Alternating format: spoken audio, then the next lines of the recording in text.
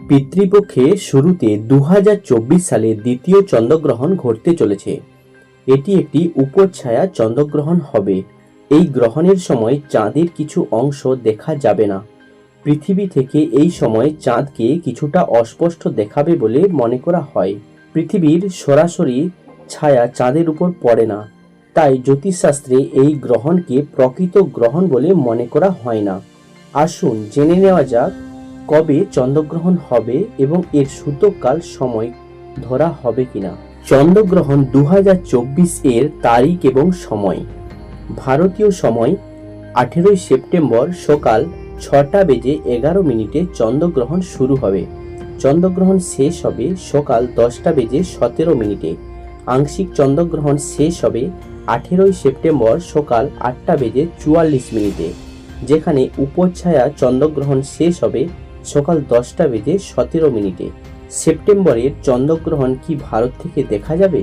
18 September 2024 চন্দ্রগ্রহণ ভারত থেকে দেখা যাবে না, কারণ এই সময় এখানে সকাল হবে, তাই কোনো ধরনের শুভ কাজ কোনো বাধা থাকবে না। সেপ্টেম্বরে চন্দ্রগ্রহণের সূতক সময় গ্রাহ্য হবে কি? 18 সেপ্টেম্বর 2024 চন্দ্রগ্রহণের জন্য সূতক পালন করা হবে না, কারণ এই গ্রহণ ভারতে দৃশ্যমান নয়, তাই এই গ্রহণকালে কোনো ধরনের কাজে কোনো বাধা থাকবে না। রাশির উপর সেপ্টেম্বরের চন্দ্রগ্রহণের প্রভাব পড়বে কি? সেপ্টেম্বরে চন্দ্রগ্রহণে রাশিচক্রের উপর বিশেষ প্রভাব ফেলবে না, কারণ এই গ্রহণ ভারতে দেখা যাবে না। এই সময় কি কি সতর্কতা অবলম্বন করা উচিত? গ্রহণকালকে হিন্দু ধর্মে শুভ বলে মনে করা হয় না।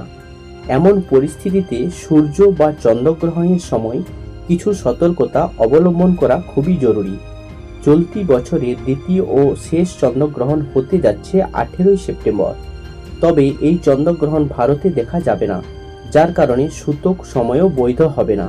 সূতক সময় চন্দ্রগ্রহণের প্রায় 9 ঘন্টা আগের থেকে শুরু হয়।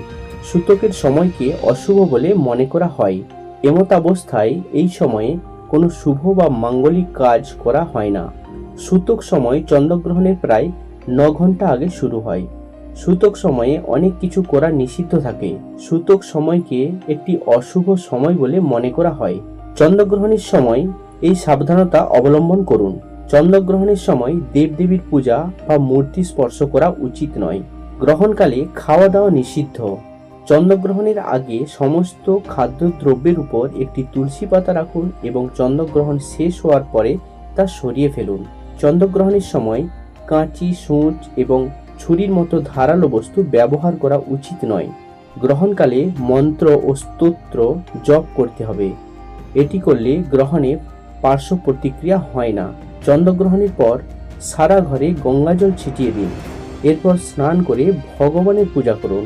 ধন্যবাদ বন্ধুরা।